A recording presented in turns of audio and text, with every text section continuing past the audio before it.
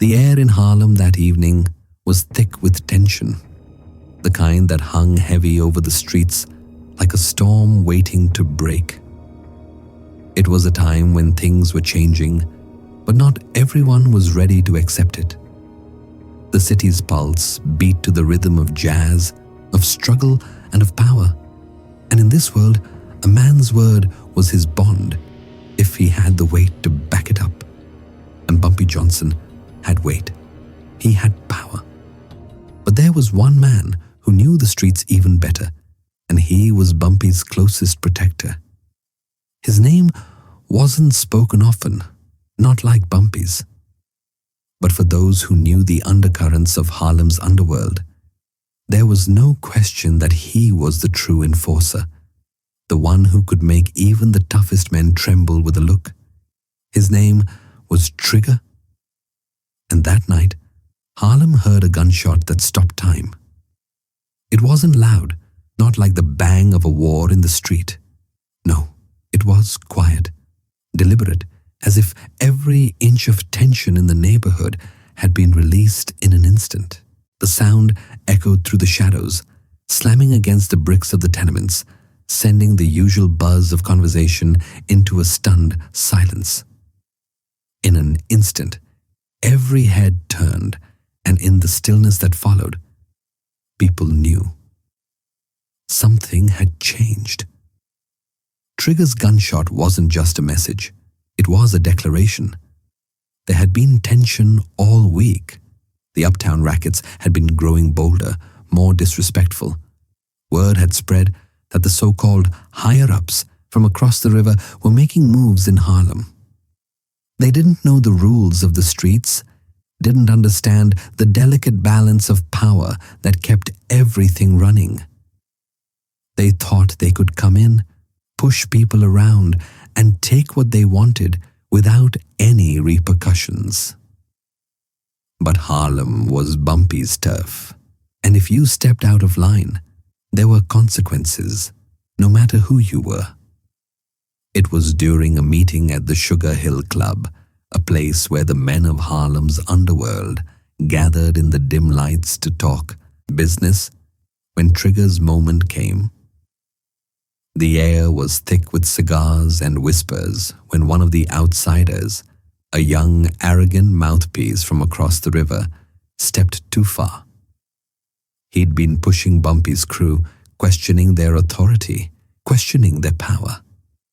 But when he looked at Trigger and dismissed him as just another muscle, that was the moment everything shifted.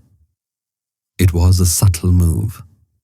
A cold smile from the young outsider, then a challenge thrown at Trigger. A challenge wrapped in the venom of a racial slur. "What are you going to do, boy?" he asked, his voice dripping with disdain. "You just a hired gun." The club went silent. All eyes turned to Trigger, but Bumpy Johnson, sitting back in his chair, didn't flinch. He didn't need to. This was Trigger's moment. The outsiders didn't know it yet, but they had just made the gravest mistake of their lives. Trigger didn't respond with words. He didn't need to. He reached into his jacket, pulled out his revolver, and, without hesitation, fired one shot into the air. The bullet didn't just pierce the quiet, it shattered the illusion of their control over Harlem. The gunshot was a statement, clear and undeniable.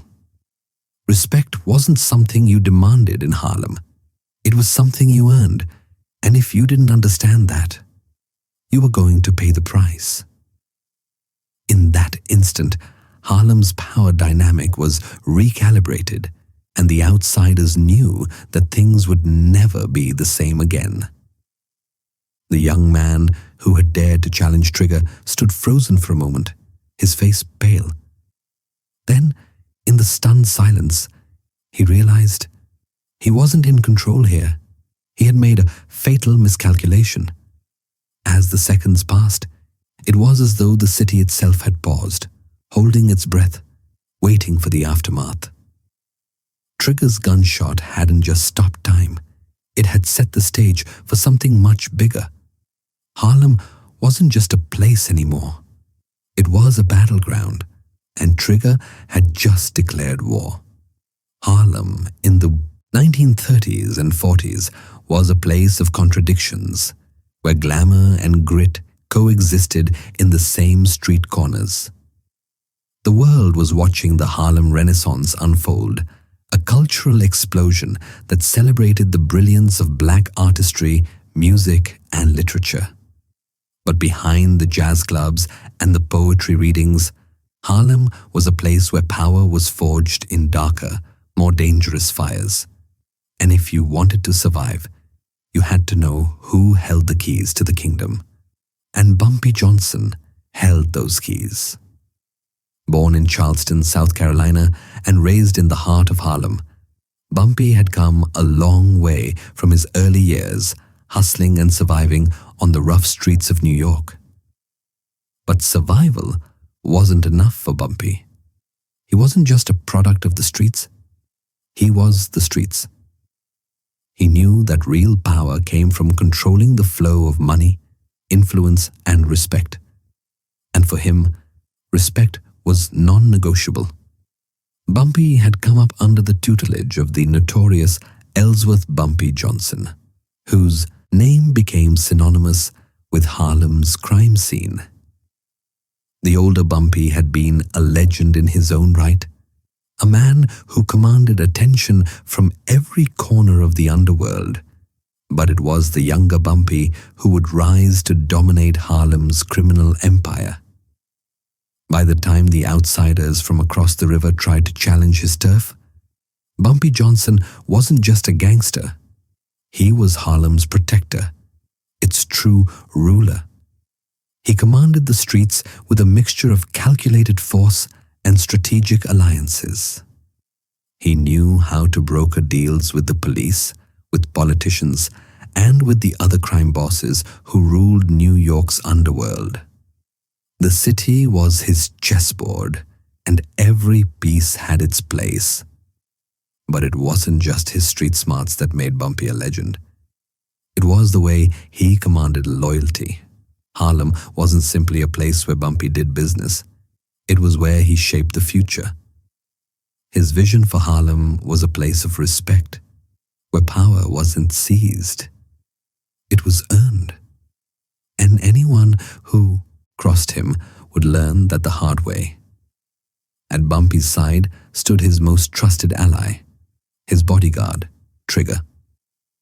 Known to those who respected the streets as the silent force behind Bumpy's rise, Trigger had a reputation that few dared challenge. Though he never spoke much, his presence spoke louder than words. Trigger wasn't just Bumpy's protector, he was the enforcer of the code. And that code was clear. In Harlem, loyalty and respect meant everything. The young men who came into Harlem thinking they could push around the veterans didn't understand this. The gangsters from other boroughs didn't respect the rules that had been in place for years.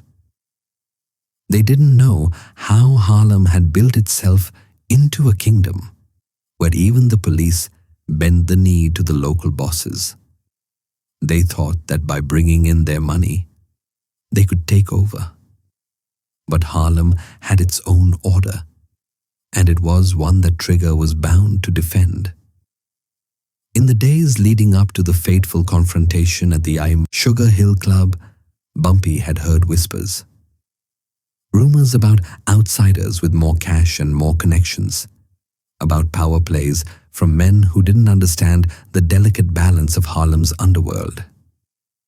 They were bold, too bold, and their disrespect was no longer a whisper.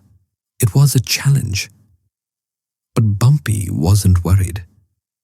He had Trigger, and Trigger wasn't afraid to let the world know who ran the show. That night, when the gunshot rang out, it wasn't just the shot of a bodyguard protecting his boss. It was the shot of a legend protecting the legacy of Harlem itself. The young outsider had no idea what he had just awakened. Harlem, in that moment, understood that the order they had known for years had been threatened, and Trigger's response was a reminder of what happened when that line was crossed. The days after the gunshot were charged with an undeniable tension that rippled through every corner of Harlem.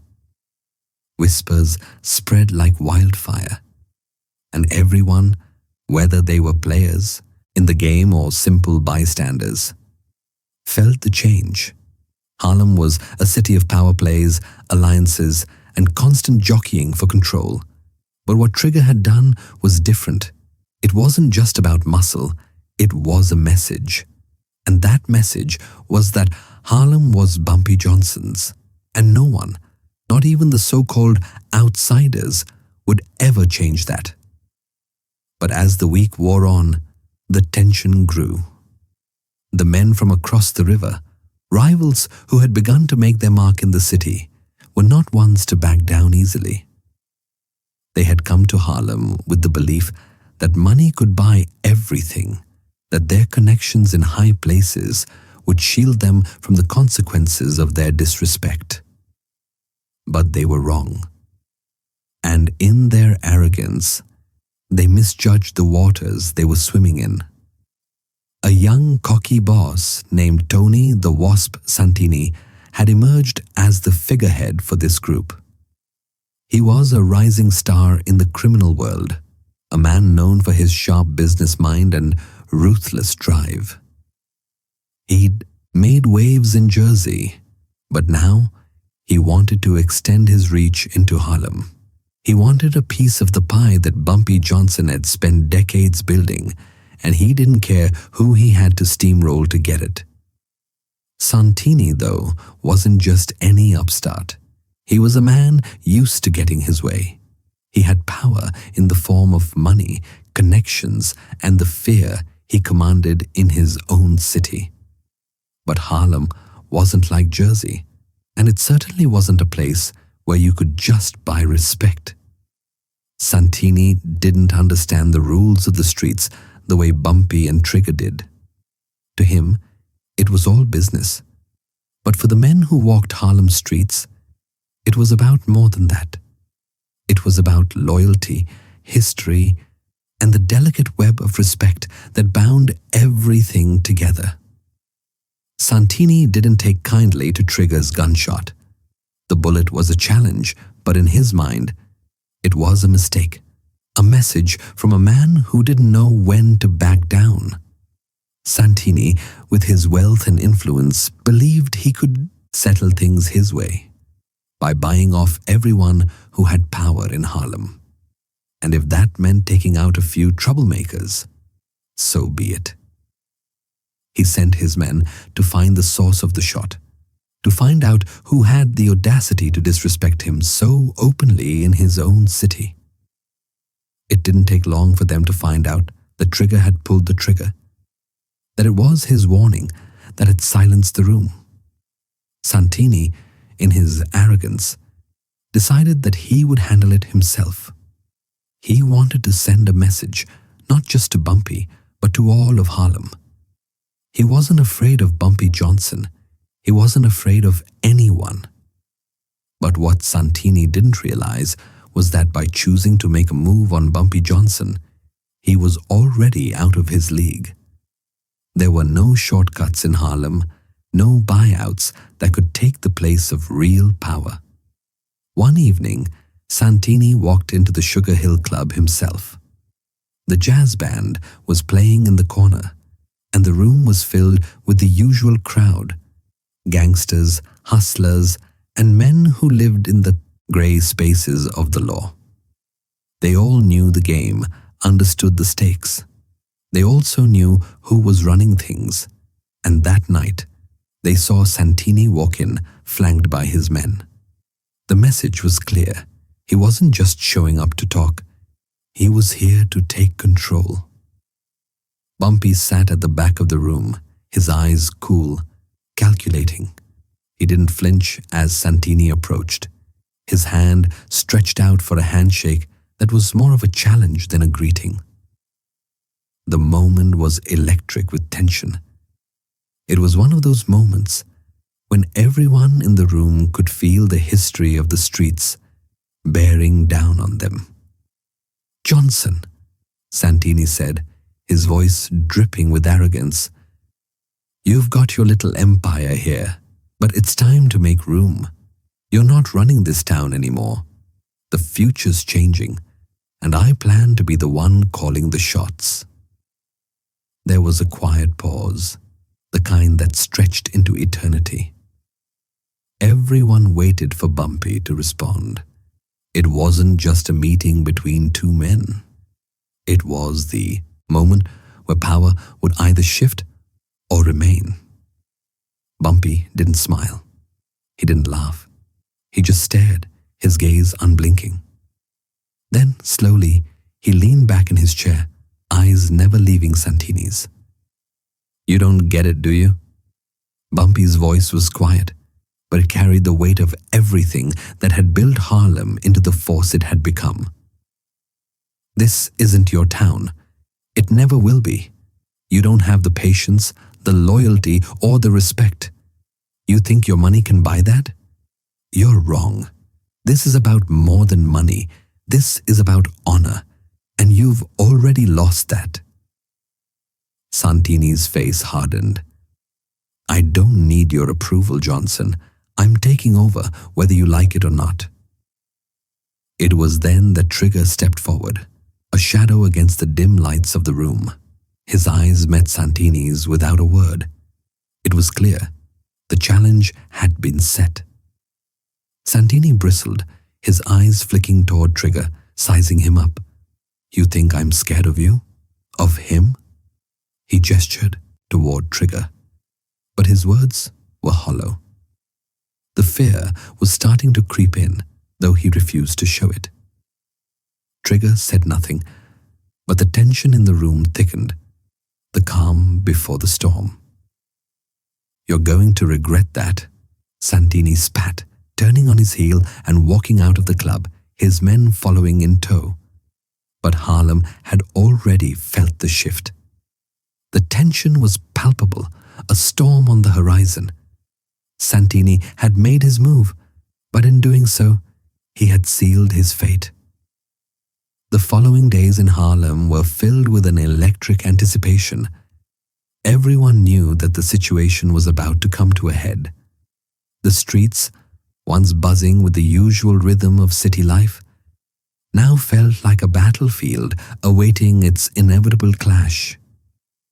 For the first time in years, the fate of Harlem's criminal empire hung in the balance, and the city seemed to hold its breath. Bumpy Johnson knew that Santini had made a grave miscalculation. By disrespecting him openly, by challenging the very foundation of Harlem's power, he had set in motion a chain of events that couldn't be undone. But Bumpy wasn't a man of rash decisions. He wasn't going to run into the street guns blazing. He would wait for Santini to make the next move, because Bumpy understood something that the young upstart didn't. Timing was everything. And when the moment came, it would come fast. It was 1 week after Santini's defiant confrontation at the Sugar Hill Club. The tension had been building to a fever pitch. And everyone, gangsters, hustlers, and even the everyday folk, knew that the next move would decide everything. Santini had underestimated Harlem's loyalty to Bumpy. He thought his money, his connections, and his bravado could break the street's code of respect. But in Harlem, respect wasn't for sale. That night, Bumpy and Trigger were sitting in Bumpy's back office, the room thick with smoke from their cigars. The lights were dim, casting long shadows across the worn wooden table that sat between them. There was no grand speech, no show of emotion. Bumpy didn't need to say much. The moment was clear in both their eyes. "Tonight," Bumpy said, his voice low and steady, "it ends. We put this to bed." Trigger didn't respond. There was no need. He was always calm, always quiet. His actions spoke louder than any words ever could. Bumpy knew Trigger's mind. He knew what was going to happen the moment they stepped outside. Harlem's underworld had its rules, and when you challenged the king, there were only two ways it could end, with your submission or your destruction. And Santini, for all his bravado, hadn't learned this lesson yet. The confrontation came just after midnight. Santini had made the critical mistake of thinking he could ambush Bumpy's crew in an effort to intimidate them. It wasn't an organized attack, just a few of his men showing up, hoping to make a statement. They didn't know that Bumpy's crew had already been waiting for them. Bumpy had sent a message that night, a message that would be felt across the city. His people were everywhere. The streets were crawling with Bumpy's men, but it wasn't their guns that made the difference. It was their presence, their silence, the way they controlled the very pulse of Harlem without saying a word. Santini, in his arrogance, walked right into the trap. His men, trying to push through Bumpy's territory, found themselves met by Trigger and a handful of Bumpy's most trusted enforcers. Trigger moved first, his eyes locked on Santini's men with the calm of a predator stalking its prey. There was no need for a warning shot. His reputation had already done the talking. The first of Santini's men tried to draw his gun, but Trigger was faster. One fluid motion, and the man dropped to the ground before he could even react. Another attempted to rush forward, but Trigger was already on him, hands gripping his collar and slamming him into the brick wall. The others hesitated, unsure, watching their comrades fall with an eerie silence surrounding them. Santini, hearing the sounds of chaos outside, finally realized what he'd walked into. He rushed toward the scene, fury in his eyes. But by the time he reached the alleyway, it was too late. The gunshots had stopped. The air was still, but the tension was almost unbearable. There, standing in the shadows, was Trigger, his revolver still smoking, his face cold and unyielding. Santini froze. He wasn't used to this. He wasn't used to being confronted with the kind of force that didn't speak, didn't make threats. It just acted. Trigger stepped forward, his eyes narrowing as he looked Santini up and down. "You didn't learn, did you?" Trigger said, his voice as quiet as ever. "You came here thinking you could take over. You came here thinking your money would buy you something real. But you don't get it. This ain't your world." Santini's bravado faltered, his mouth opening to say something, but no words came. In that moment, Trigger was the embodiment of Harlem's power. The streets had spoken, and Santini was out of his depth. "You'll leave Harlem alone now," Trigger continued, each word landing like a blow. "And if you don't, we'll make sure everyone knows exactly who runs the city." It wasn't just a threat. It was a promise. Trigger's reputation was clear. If Santini didn't back down now, there would be no way out. His time in Harlem would be over before it ever began. Santini hesitated, then nodded slowly, his chest heaving with frustration. But he knew. He knew that in this city, under these rules, he had no power. The game was over. The young man turned and walked away, his men trailing behind him, but the message had been sent. The streets of Harlem were Bumpy's, and they were Trigger's. The fallout from that night was swift, and it came with the kind of certainty that only Harlem could deliver. By dawn, the streets were abuzz with the news. Santini had walked out of Harlem that night, humiliated, his crew scattered and broken. He had come to the city with a sense of invincibility, thinking he could bend its will to his own. But Harlem didn't kneel to men like him. It never had, and it never would. For the people who lived in the heart of the city, the message was clear. Bumpy Johnson, with Trigger at his side, had shown them what real power looked like. It wasn't about the money you had or the deals you could broker. It wasn't about your connections to the politicians or the police. It was about respect, the kind that came from the streets themselves, earned over time and defended by force when necessary. And that respect had been reaffirmed that night, with a single shot, with a single action. Trigger hadn't just taken down Santini's men, he had reminded Harlem of the rules, of the legacy that Bumpy Johnson had built, and the price anyone would pay if they dared to disrupt it. The streets hummed with a new sense of understanding. The younger hustlers and gangsters, those who had once thought that brute force alone would win the day, now saw the true power in loyalty, in history, in the protection of what had been earned. Bumpy had been known for his strategic mind, for his ability to read the room, to make the moves that always seemed one step ahead. But Trigger, in that moment, had become the embodiment of that strategy. It wasn't just his gun, it was his unspoken understanding of the city's rhythm. He knew when to act, when to wait, and when to let the streets speak for themselves. For Bumpy, the consequences of that night were simple. His power had been reaffirmed, his grip on Harlem had only tightened, and the legend of Bumpy Johnson's empire had grown. His word was law in this city, and his people knew it. There was no question now.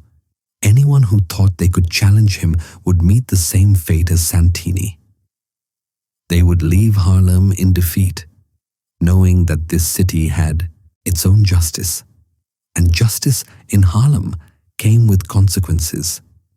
But for Santini, the consequences were much more severe. Word spread fast, and it wasn't long before his attempts to re-enter Harlem were blocked at every turn. His money, which had once been enough to buy his way through any door, now seemed like nothing more than paper. He could try to go around Bumpy, but the streets were watching, and in Harlem, the streets had long memories. The outsider had crossed the line, and now there was no return. His reputation was ruined, his influence destroyed. Santini learned that in Harlem, no one got away with disrespecting the legacy of men like Bumpy Johnson. His name would never be spoken with respect in this city again. His ambition had burned bright for a moment, but it had been snuffed out just as quickly as it had appeared. And in the end, it wasn't Bumpy's guns that had made the difference. It was the unwavering code of respect that Trigger had enforced with a single shot. In the days that followed, Harlem's criminal landscape shifted. The men who had once doubted Bumpy's control now stood in line, offering their respect, offering their loyalty. Bumpy had always been the king in their eyes, but now his rule was undeniable. No one dared question him. No one dared test Trigger. The city was theirs. Time moved on, as it always does in the city, but the legacy of that night, of the shot that stopped time, remained etched in the fabric of Harlem's underworld. The streets continued to hum with their usual rhythm, the clink of dice rolling in the alleyways, the shuffle of feet across cobblestone streets, and the faint echo of jazz spilling from the clubs that still served as the heartbeats of Harlem. But beneath it all, a new understanding had settled over the community, a respect for the men who had defined the rules and who would protect them no matter the cost. Bumpy Johnson's reputation had always been one of quiet power. But after that night, it was as though his legend had been permanently sealed in the annals of Harlem's history. The message sent by Trigger was clear. Anyone who dared challenge Bumpy, who tried to upend the delicate balance of power in Harlem, would be swiftly dealt with. No exceptions, no compromises. And the world had taken note. The gangsters in the city knew who they had to answer to. The politicians knew who controlled the streets. And the law enforcement, despite their usual distance from the dealings of Harlem's underworld, had to acknowledge the unspoken rules that governed this turf. Bumpy was untouchable. But it wasn't just his power that made him so. It was the respect he commanded. Respect from the streets. Respect from those who had walked the same hard road he had. The city wasn't just his empire. It was his domain, shaped and protected by his code of honor, a code that no outsider would ever understand unless they earned their place on the pavement first. Trigger, too, had cemented his legendary status. Though he was always the quieter of the two, he became a figure whose name was whispered with reverence.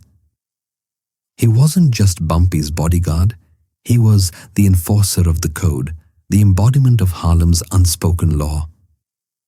People knew that Trigger wasn't someone you tried to buy off or intimidate. He was the rock upon which Harlem's power was built.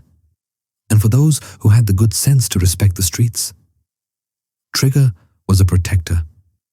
For those who didn't, he was a force of nature. It wasn't long before other cities took note of the two men. There were whispers in the backrooms of Chicago and Boston, in the cigar-filled lounges of Atlantic City about Bumpy Johnson and his untouchable rule over Harlem. The rumors of Trigger's gunshot, that single shot that had put the outsiders in their place, spread far and wide, becoming part of the lore of the criminal world. For those who knew the streets, the story was a cautionary tale, a reminder of the price of disrespect. But for Harlem, it was a proud moment, one more notch in the belt of their legendary protector. And for the men who had once doubted Bumpy's control, the ones who had tried to carve out their own slice of Harlem, their defeat was felt long after they had been driven out. They couldn't just walk away from the city. Harlem had a way of making sure that no one forgot. Santini's defeat was the most public example, but it wasn't the only one. Over time, the men who had thought themselves rivals faded away, their names whispered only as cautionary tales. In the years to come, Harlem's power remained as strong as ever, its underworld a carefully managed empire with Bumpy Johnson at the helm, his bodyguard Trigger always close by. As Bumpy continued to shape the city, navigating the ever-changing dynamics of his criminal empire, Harlem itself seemed to evolve in response to his influence.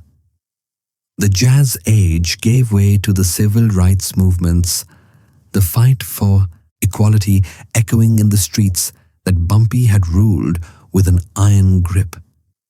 But the lessons of that night, the night Trigger's shot had declared Harlem's power, remained unchanged. Harlem wasn't just a place on a map. It was a symbol of resilience, of unity, and of the fierce protection of what was rightfully theirs. When Bumpy's time came, his name would be spoken with the same reverence as the city itself. His legacy was one of respect, not fear, of justice, not cruelty.